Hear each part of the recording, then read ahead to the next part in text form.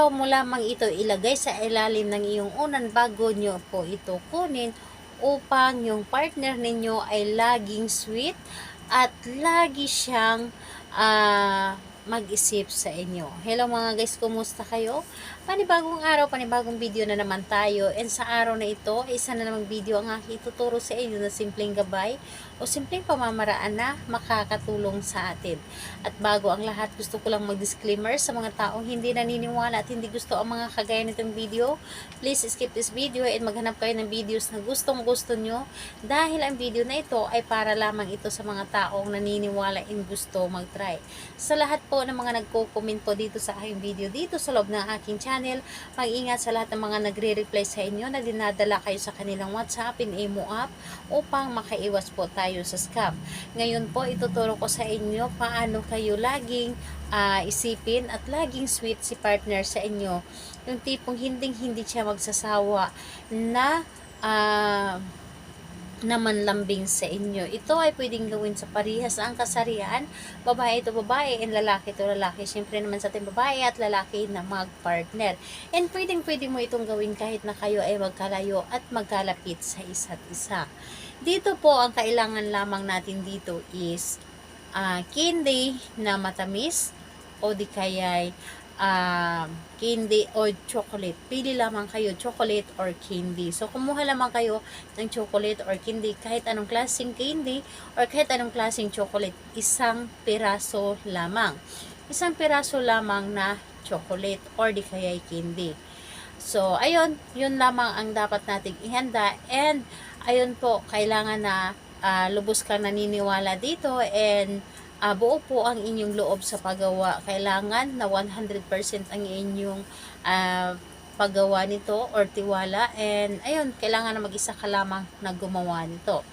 Kapag ready ka na, ay pwede mo na itong simulan. So, ang gagawin mo dito, yung candy, yung wrapper ng candy, sulatan nyo po yan ng pangalan ni target at apelyido. So, gumamit kayo ng mga marker, pentel pen o di kaya'y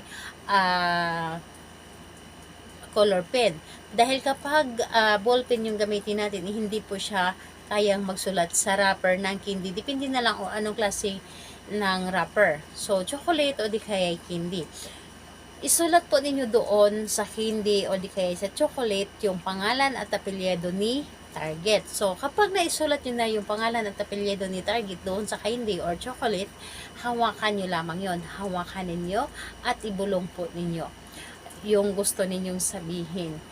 Pangalan, apelyido sa pamamagitan ng candy na ito or sa pamamagitan ng chocolate na ito, ikaw ay laging sweet sa akin at hindi ka magsawa sa paglalambing sa akin, hindi ka magsawa na manunuyo sa akin at lagi mo akong isipin saan ka man magpunta, hindi ka magiging masaya at ako lamang ang iyong kasiyahan dahil ako lamang ang gusto mong makasama palagi. So sabihin mo dito lahat kung ano man yung gusto mong sabihin para sa kanya. Sabihin mo kung ano man yung gusto mo para sa kanya. Dapat po ay lubos kang naniniwala dito. And pagkatapos nun, yung candy or chocolates, ilagay po ninyo sa ilalim ng inyong unan. Hayaan po ninyo doon na mahigaan ninyo ng 3 araw o 3 gabi doon sa ilalim ng inyong unan.